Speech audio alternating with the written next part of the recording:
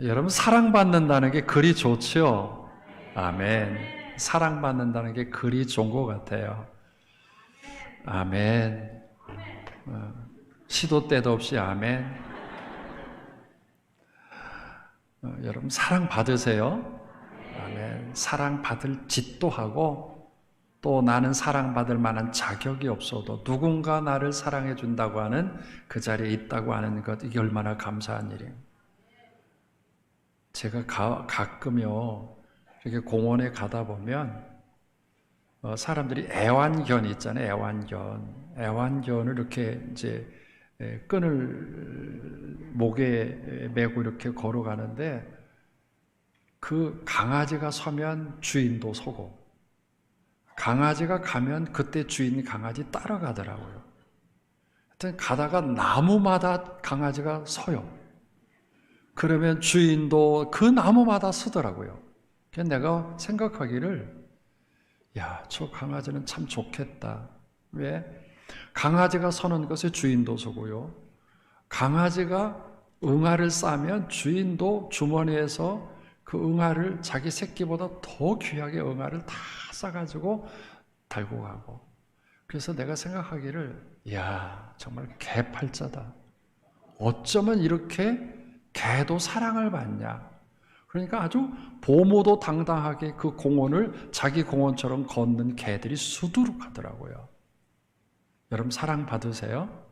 네, 받아야 돼요. 왜냐하면 누군가 나를 사랑해 준다는 게 그게 얼마나 감사한데, 누군가 나를 사랑해 주는 거예요. 옆 사람을 보면서 그렇게 다시 한번 이야기할까요? 내가 당신을 사랑합니다.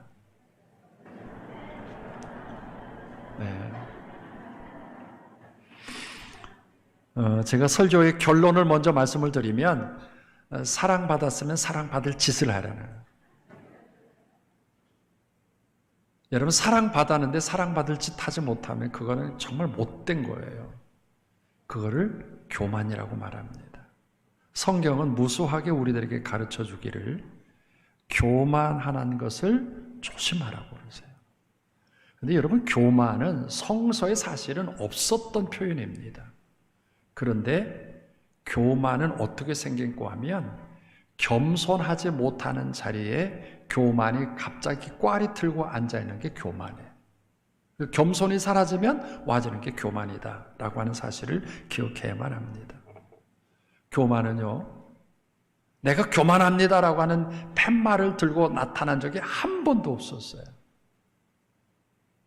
겸손이 사라지기 시작을 하고 자기 주장이 강해지기 시작을 하면서 나타나는 것이 교만이라고 하는 그런 부분입니다. 여러분, 영어에 교만이라고 하는 단어가 humility라고 그렇게 이야기를 배웠죠. 그런데 교만과 또 다른 의미의 이 굴욕이라고 하는 좀 나쁜 의미의 단어가 있는데, 이게 humiliation이라고 하는 아주 비슷한 단어예요. 그런데 라틴어를 보면 이 humility와 humiliation이라고 하는 이 두 단어가 한 단어에서부터 나왔습니다. 그 단어가 humilitas라고 하는 그런 단어예요. 근데 그 결국은 이 humilitas라고 하는 그 단어가 겸손한데 겸손하지 못하면 굴욕이 온다는 겁니다. 그러니까 아주 비슷한 단어이면서, 그래서 우리가 기억해야 될 것은, 성경에서 우리에게 이야기하는 겸손이 사라지면 교만이 온다라고 하는 그런 결론적인 그런 이야기입니다. 사실은 예수님은 우리들에게 겸손의 왕으로 오셨어요. 그리고 주님은 오늘 봉독한 마태복음 11장 29절 말씀을 보면, 주님은 겸손을 나한테 배워라 그렇게 말씀을 하셨거든요. 구원받은 사람들이 예수 그리스도를 통해서 배워야 할 것이 있다고 한다면 겸손이다. 그리고 하나님은 겸손한 자를 높이신다고 그렇게 말씀을 합니다. 여러분, 겸손은 하나님 앞에서 나를 낮추는 행위거든요. 그런데 낮추는 행위가 사라지게 되면 그때부터는 교만이 싹을 트죠. 하나님보다 내가 좀 내 생각이 나은 것 같고요, 하나님의 결정보다 내 결정이 옳은 것처럼 느껴지기 시작하면 그때부터 교만은 머리를 치켜들기 시작을 합니다. 오늘 여러분의 신앙의 자리에 여러분은 어떻습니까? 어떤 사람도 그렇게 이야기할 거예요. 난 교만하지 않아 라고 하는 거예요. 그런데 가만히 보면은요, 교만할 때 있거든요. 그 교만이라고 하는 부분들을 우리가 어떻게 정리해 갈까? 근데 성경은 이렇게 가르쳤어요. 교만의 끝은 초라한 거예요. 교만은 잘난 것 같지만 결국은 초라하다라고 하는 그런 부분인데, 저는 오늘 아주 긴 성경의 스토리를 그 한 사람에게 좀 집중해서 이야기하려고 합니다. 이 사람이 누군가 하면 압살롬이라는 사람이에요. 다윗의 아들 압살롬입니다.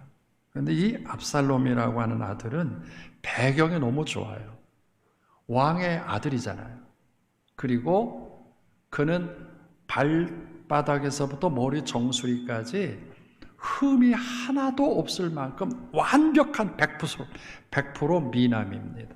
그래서 모든 여인들이 흠모할 만큼 아주 멋진 사람이었어요. 성경은 이렇게 그 사람에 대해서 사무엘하서 14장 25절에 말씀을 합니다. 읽어보죠. 시작. 온 이스라엘 가운데서 압살롬같이 아름다움으로 크게 칭찬받는 자가 없었으니 그는 발바닥부터 정수리까지 흠이 없음이라. 아름다움으로 칭찬받는다라고 하는 말은 우리같이 평범한 사람들에 대한 이야기가 아닙니다. 너무 멋져가지고 지나갈 때마다 멋있다, 참 아름답다, 그렇게 사람들로부터 소리를 듣는 사람이 압살롬이었어요. 그게 얼마나 대단한 그 배경 가지고 있습니까? 여기에다가 성경을 보면 아버지의 사랑을 참 많이 받았던 사람, 아버지의 사랑. 성경을 읽어보죠. 사무엘하서 18장 33절 말씀입니다. 시작. 내 아들 압살롬아, 내 아들 압살롬아, 차라리 내가 너를 대신하여 죽었다면 압살롬 내 아들아 하였더라. 아버지로부터 이런 사랑을 받은 내 아들, 내 아들, 내 아들, 내 아들. 우리가 요새 참 가슴 아픈 게 말씀을 드린 것처럼 어미가 자식을 죽이는 일이 세상에 어디 있어요? 이거 짐승만도 못한 거죠. 아니, 자기가 낳아놓고, 물론 여러 가지 정황들이 내가 양육하고 키울 수 없고 가르칠 수 없어서 포기한다 하면 어디다 맡기든지 그럴 수 있잖아요. 근데 어떻게 죽여요? 그것도 생매장해요. 그리고 버린 것이 너무 많아서 숫자적으로도 이게 해석이 안 되고 안 돼요. 하나님이 우리 여성들에게 준 은혜가 뭔가 하면 모성애라고 그러죠. 모성애는요, 세상에 이길 수 있는 힘이 아무것도 없대요. 모성애는. 그래서 엄마는 자식을 위해서 생명을 주어도 금방 줄 수 있다는 거예요. 그게 모성애예요. 내가 자식으로 해서 내 삶을 포기한다라고 할 만큼의 여성들에게 갖는 그 복이 모성애라는 거예요. 그런데 그런 모성애를 가지고 있는 여인들이, 애미들이 어떻게 새끼를 내놓고 그렇게 죽일 수 있어요? 남자들이 갖고 있는 것을 부성애라고 그럽니다. 아버지의 마음은 넓은 마음이긴 하지만 아버지의 마음, 남자들 부성애를 가지고 있지만 발 뻗고 쫓아가도 모성애는 못 쫓아가요. 아버지는 아버지예요. 그런데 이런 부성애를 갖고 있는 다윗이 그 아들 압살롬을 너무 사랑하는 거예요. 여러분 사랑 받으세요? 여러분 사랑 받으세요. 할 수만 있으면 사랑 받으세요. 아니 공원의 개도 그렇게 사랑받는다고 그랬는데 사랑 받아야죠. 그리고 할 수만 있으면 여러분 자식들에게는 늘 사랑한다, 사랑한다, 사랑한다 그렇게 이야기 많이 하세요. 우리 집사님 아멘 집사님 어디 가셨어요? 여러분 사랑 표현 많이 하세요. 자식들에게 아멘. 자식들을 많이 사랑하세요. 저는 제 자랑을 하나 할까요? 나는 우리 딸이요 침실 방문을 열고 딱 나오면 뭐라고 하는 줄 아세요? 너는 어떻게 자고 일어나도 그렇게 예쁘냐 그렇게. 여러분 자고 일어난 사람 얼굴 이쁠 리가 있습니까? 막 눈은 막 바우처럼 달려있죠. 머리는 미친년처럼 아이고 미친년이라고 그랬네. 막 그 산발을 하고 있죠. 그런데 뭐가 예뻐요? 뭐가 예뻐요? 그런데 그렇게 일단은 제가 칭찬을 하죠. 너는 어떻게 자고 일어나 나 이렇게 예쁘냐? 그러면 그 녀석이요 불편스러워도 배시시 웃더라고요. 이쁘다고 그러니까. 여러분의 자녀들 더 예쁘잖아요. 사랑을 막 이렇게 안아줄 수 있는, 요새 같은 산부 예배는 제가 좀 여유가 있어서 이런 얘기도 들어요.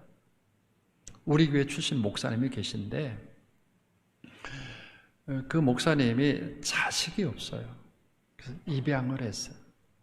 입양을 했는데 입양한 자식 25살 자식이 엊그제 삶을 정리했어요. 너무 충격이에요. 그 부모가 정말 입양한 그 자식에게 사랑을 주고 갖가지 했어요. 근데 스스로 포기했어요. 이렇게 사랑을 많이 줘도 스스로 포기하는데 오늘 우리의 자식들에 대한 내 관심은 어떨까? 오늘 여러분 자녀들에 대한 여러분의 관심은 어떠세요? 사랑하세요. 여러분의 자식은 여러분이 낳았어요. 그리고 여러분의 자식은 다른 어떤 것과도 바꿀 수 없어요. 하나님이 나에게 맡긴 소중한 보물이에요. 하나님이 나에게 허락한 소중한 정말 하늘의 보물입니다. 자꾸 사랑한다는 이야기를 할 때 그 사랑이 그 자녀에 대한 자긍심을 만들어가죠. 다윗 그 아들 압살롬을 사랑하는, 너무너무 사랑하는. 여러분, 이런 사랑을 받은 자식이라고 한다면 어떻게 살아가야 될까? 당연하죠. 그런데 이 압살롬이 이런 사랑을 받고 삶을 꾸려가면서 왜 갑자기 그런 사랑 속에 있었던 이 압살롬이 방향을 틀었을까? 이유가 있습니다. 다윗에게는 여러 여인들을 통해서, 왕이니까 왕비를 통해서 자식을 많이 낳았어요. 장자 암논이라고 하는 아들이 있었는데 다른 여인을 통해서 낳은 압살롬이라고 하는 아들의 바로 동생 다말이라고 하는 그런 그 여동생을 암논, 그 압살롬의 형이 욕을 보였어요. 그러자 압살롬의 마음 가운데 갑자기 그런 사랑을 받았던 이 압살롬의 마음 가운데 시기, 살인, 내가 저로의 찬스를 만나서 저놈은 죽일 거야 라고 하는 그런 생각이 가슴에 꽉 차 있게 됩니다. 그러기를 2년 동안을 기다렸어요. 그리고 2년이 지난 어느 날 양털을 깎는 축제의 날에 그 형을 초대합니다. 그리고 술로 즐겁게 한 다음에 사인을 하는 순간에 이 압살롬의 부하들이 순식간에 정리를 합니다. 형제지간에 살인이 벌어졌어요. 형제의 난이 생겼습니다. 그러자 압살롬은 아버지의 사랑을 받았던 압살롬이 아버지 앞에 견딜 수 없어서 구슬 땅으로 도망을 갑니다. 달메라고 하는 왕에게 3년 동안 보호를 받다가 그 3년 동안 보호를 받고 있는 그때 이 다윗의 마음은 어땠을까? 그래, 너는 내 형을 죽였으니까 이 나쁜 놈 가서 살든지 죽든지 마음대로 하거라 그랬을까? 이 압살롬에 대한 아버지의 마음이 있었다고 그러잖아요. 그래도 그 자식이 너무너무 그 자식이 보고 싶은 거예요. 성경은 이 사실을 사무엘하서 13장 39절 말씀해 보니까 다윗 왕의 마음이 압살롬을 향하여 간절하니, 간이 저를 만큼 그 아들에 대한 생각, 비록 살인을 하고 자기 형제의 난을 일으켰던 버려도 괜찮은 그런 자식임에도 불구하고 압살롬에 대한 이 아버지의 마음의 사랑이 너무 간절했어요. 이런 사실을 옆에서 보고 있던 장수였던 요압 장수가 보니까 왕이 너무 그 압살롬을 사랑하는 거예요. 그래서 그술 땅에 가서 그 아들을 데려다가 예루살렘에 숨겨놉니다. 2년 동안 숨겨놨는데 그래도 이 아버지가 그 아들에 대한 사랑이 아주 지극하다는 사실을 기억하고 어느 날 요압이 그 아들을 데려다가 아버지 앞에 보입니다. 성경을 읽어보면 사무엘하서 14장 33절 말씀 시작. 요압이 왕께 나아가서 그에게 아뢰매 왕이 압살롬을 부르니 그가 왕께 나아가 그 앞에서 얼굴을 땅에 대어 그에게 절하매 왕이 압살롬과 입을 맞추니라. 너무 보고 싶은 아들이 드디어 왕궁에 들어왔습니다. 그래서 압살롬이 그 아들을 안고 그 아들을 헐써 안고 얼마나 애썼냐 수고냐 그러면서 입을 맞추면서 이 압살롬에 대한 사랑을 다 쏟게 됩니다. 이런 걸 보면 압살롬은요 정말 분에 넘치는 사랑받았고 분에 넘치는 은혜를 받았고 분에 넘치는 그런 은총을 받은 사람이에요. 이렇게 사랑받았으면 어떻게 살아야 돼요? 당연하죠. 더 말할 것도 없죠. 아버지의 마음에 맞춰서 살아가는 거예요. 아버지 뜻이 뭔지, 아버지 생각이 뭔지, 아버지 방향이 뭔지, 아버지가 나에게 요구하는 게 뭔지 아버지 생각하고 아버지처럼 살아가는 거예요. 그런데 오늘 성경을 읽어보면 오늘 봉독한 이 사무엘하서 15장을 읽어보면 첫머리부터 이렇게 내뱉는 소리가 나올 수밖에 없어요. 못된 자식이라고. 아버지 이런 사랑을 받았으면 어떻게 살아가야 되는 삶의 방법이 있잖아요. 삶의 스타일이 있잖아요. 그런데 이 못된 자식은요 정말 못돼 먹었어요. 왜? 아버지를 배반합니다. 이런 사랑 받았으면 배반하지 말아야지.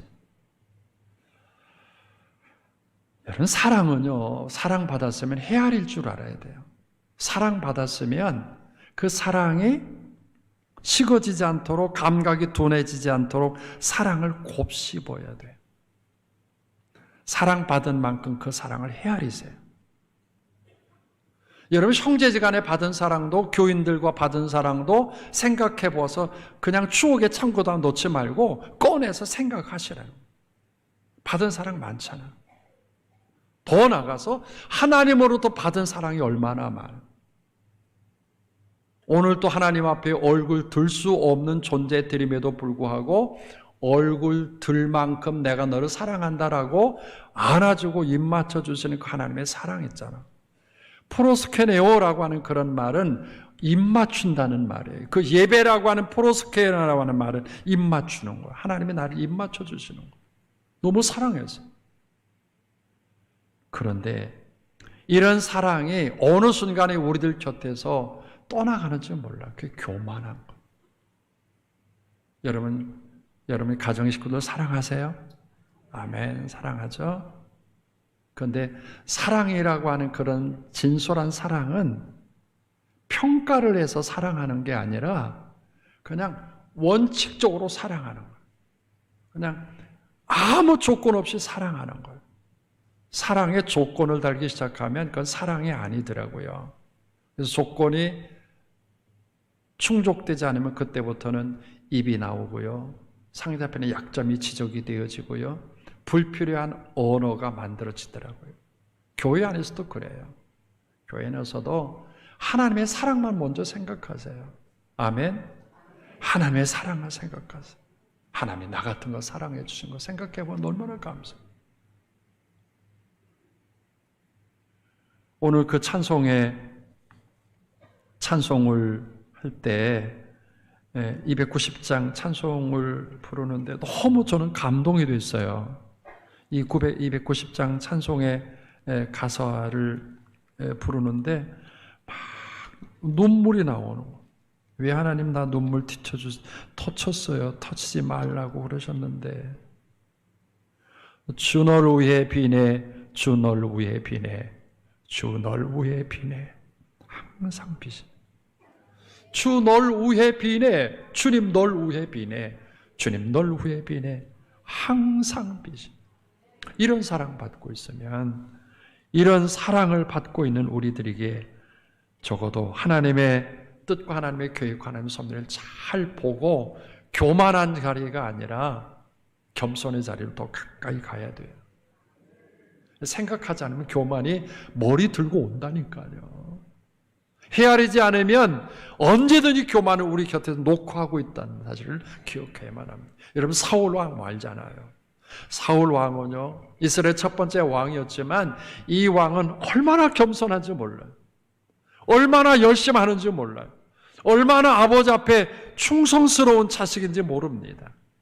그래서 하나님께서 그 겸손의 사울의 모양을 보시고 사무엘 선지자를 통해서 사울에게 기름 부으라고 이야기하셔서 이스라엘의 첫 번째 왕이 됩니다. 대관식 하는 날이었어요. 빵파르가 울려지고 수많은 사람들이 박수하고 환호를 지는데 얼마나 겸손한지 그럼에도 불구하고 큰 물건더미 뒤에 숨어 있는 거예요. 그렇게 숨기도 없었어요. 그렇게 겸손했어요. 그런 그가 왕을 조금씩 해나가던 게 재미있거든요. 하나님께 드렸던 그런 열정이 백성들로부터 자기가 다 받기 시작하면서 이상하게 그 마음 가운데 교만이 오기 시작을 합니다. 어느 날 블레셋 사람이 저 변방에서 이스라엘 백성들을 공격하는 소리를 듣고 이 왕은 사무엘 선지자를 기다립니다. 이스라엘 백성들은 전쟁을 하기 전에 예배를 드렸습니다. 이유는 전쟁은 여호와께 속하였나니라고 하는 것 때문에 선지자가 와서 예배를 드리고 백성은 진두지휘를 전쟁을 하죠. 그런데 7일을 기다려도 선지자 사무엘 선지자가 나타나지 않는 거예요. 그래도 기다려야 될 거 아니에요? 왜? 그게 원칙이니까. 그런데 사무엘 선지자가 기다리다 못해서 자기가 예배를 집전합니다. 우리가 언뜻 생각하기에 예배 드리지 않고 전쟁하는 것보다 예배를 드리고 전쟁하는 게 훨씬 낫죠. 근데 성경은 이렇게 말씀을 합니다. 부득이해서라. 이 부득이한다는 말은 내 생각입니다. 내가 부득이해서 그랬다고 하는 이 자기 합리화에 하나님께서 야단을 치죠. 사울아, 너 왜 겸손한 자리에 섰을 때 왕이 됐는데 왜 갑자기 이렇게 교만해졌니? 그러면서 사무엘상 15장 35절 말씀에 보면 성경 기록하기를 여호와께서는 사울을 왕으로 삼으신 것을 후회하셨더라. 이 겸손의 자리가 교만의 자리로 가면 하나님 후회하실 수밖에 없는. 여러분, 받은 은혜는 녹슬지 않도록 늘 기억하세요. 받은 은혜 녹슬지 않도록 늘 생각하세요. 그리고 그걸 감사하세요. 그걸 표현하세요. 그래서 여러분 속에 하나님의 그 감사와 감격이 아시아 7교회 가운데 에베소 교회에 하나님이 책망하셨잖아요. 에베소 교회야 나는 첫사랑을 잃어버렸더라. 에베소 교회 나는 첫사랑을 잊어버렸더라. 왜? 잃어버렸잖아요. 이 압살롬이라고 하는 아들 아버지의 사랑을 잃어버리고 말았어. 아버지의 사랑 속에 살아갈, 아버지의 초점에 맞춰서 살아가야 할 이 이 압살롬이지만 놀랍게도 오늘 사무엘하서 15장 1절 말씀을 보면 이렇게 기록합니다. 시작. 그 후에 압살롬이 자기를 위하여 병거와 말들을 준비하고 호위병 50명을 그 앞에 세우니라. 여러분, 사랑받은 압살롬은 어떻게 살아가야 된다고? 아버지를 위해서, 아버지를 위해서 살아가야만 합니다. 그런데 성경 기자가 이 압살롬의 잘못을 지적하였는데 기록하기를 자기를 위하여라고 합니다. 여러분, 겸손이 사라지면 나를 위해서 살아가는 거예요. 하나님의 사랑이 사라지기 시작하면 내 방법으로 살아가고 내가 탁월해 보여지는 겁니다. 놀랍게도 이 압살롬은 자기를 위해서 병거를 만들고 자기를 위해서 말을 만들고 호위병을 50명씩 세워서 자기를 호위하는 것으로 아버지 앞에 반역, 아주 못된 아들이 됩니다. 이것을 끝났으면 어떻겠어요? 성경 읽어보면 더 가관입니다. 옛날에 당대에 이스라엘 백성들이 문제가 생기면 왕을 찾아가서 송사를 합니다. 그래서 왕은 정의롭게 그 송사를 잘 정리해서 해결해 주는데 성문에 기다리고 있다가 이스라엘 백성들이 다윗 왕에게로 가서 문제를 해결하려고 찾을 때마다 자기가 가로채는 거예요. 그래서 뭐라고 이야기하는가 하면 내가 다윗 왕보다 내가 당신의 이야기를 더 들어줄 수 있고 성경이니까 정의롭게 당신의 문제를 해결할 수 있다고. 그리고 나중에는 입 맞춰주는 거예요. 여러분, 이스라엘 백성들이 이러한 압살롬의 이 모양을 보고 어떻게 살아갈 수 있었을까? 다윗을 향한 것이 아니라 압살롬을 향하기 시작을 합니다. 다윗을 향한 게 아니라 압살롬을 향하여 가기 시작했을 때 성경은 이렇게 지적했습니다. 사무엘하서 15장 6절 말씀을 보니까 이렇게 기록합니다. 압살롬의 행함이 이와 같아서 이스라엘 사람의 마음을 압살롬이 훔쳤더라.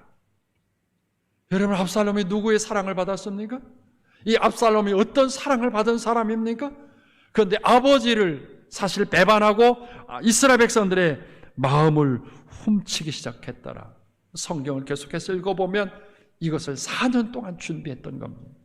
4년 동안 이렇게 준비했다가 어느 날 저 예루살렘에서 멀리 떨어진 헤브론 산지로 200명쯤 사람을 데리고 가서 이야기하기를 이스라엘 왕은 압살롬이다 라고 소리 지르게 합니다. 이런 정보를 다윗이 알았어요. 이 정보를 다윗이 듣고 나서 그는 이렇게 이야기를 합니다. 이렇게 아버지를 쿠데타로 몰아내려는 이 아들 앞에 장사 없다, 도망가자. 성경을 읽어보죠. 사무엘하서 15장 30절 말씀을 읽어보면 시작. 다윗이 감람산 길로 올라갈 때에 그의 머리를 그가 가리고 맨발로 울며 가고 그와 함께 가는 모든 백성들도 각각 자기의 머리를 가리고 울며 올라가니라. 여러분, 그렇게 사랑했던 아들로부터 배신을 당한 이 아버지 다윗, 그는 어느 날 밤 왕궁 문을 열고 뒷산 감람산으로 그 길을 도망가기 시작을 합니다. 아들이 쿠데타를 일으켜서 성경을 보니까 맨발로 가는 거예요. 왕의 맨발로 가는 거예요. 울면서 갑니다. 머리카락을 다 흩뜨리고 변장하고 그의 스탭들과 참모들과 함께 도망가는 이 다윗의 신세. 아비가 베풀었던 사랑도, 그를 안아주었던 그 은혜도 한순간의 배신과 배반과 이중인격과 기회주의라고 전락된 이 압살롬. 오늘 이런 생각을 해봅니다. 이 압살롬 도대체 누구일까? 이 역사적인 한 인물을 성경이 오늘 우리들에게 전해주시는 의도가 과연 무엇일까라고 하는 질문을 해봅니다. 한 번쯤 생각해 봅니다. 혹 그 압살롬이 내가 아닐까라고 하는. 하나님으로부터 받은 사랑은 참 많죠. 요 사이에 그 비가 너무 많이 와서 갑자기 어려운 일을 당한 이들이 참 많습니다. 아니 이렇게 갑자기 비가 와서 그냥 지하차도에 차를 숨어시켜서 사람이 그렇게 갑자기 죽을 수도 있을까? 한밤중에 잠을 자다가 산이 허물어져서 그렇게 덮쳐서 그렇게 생사를 가를 수 있을까? 안타깝게 그지없는 일이지만 나는 그 자리에서 피했다고 내 죄줍니까? 우리 그리스도인들이 생각하셔야 돼요.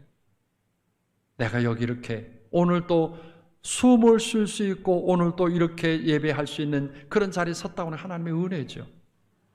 이 은혜가 여러분의 입술 속에서 떠나지 않기를 주님의 이름으로 소원합니다. 여러 사랑받았지만 하나님의 사랑 참 많이 받았잖아요. 그래서 바울은 오늘 우리들에게 그렇게 가르칩니다.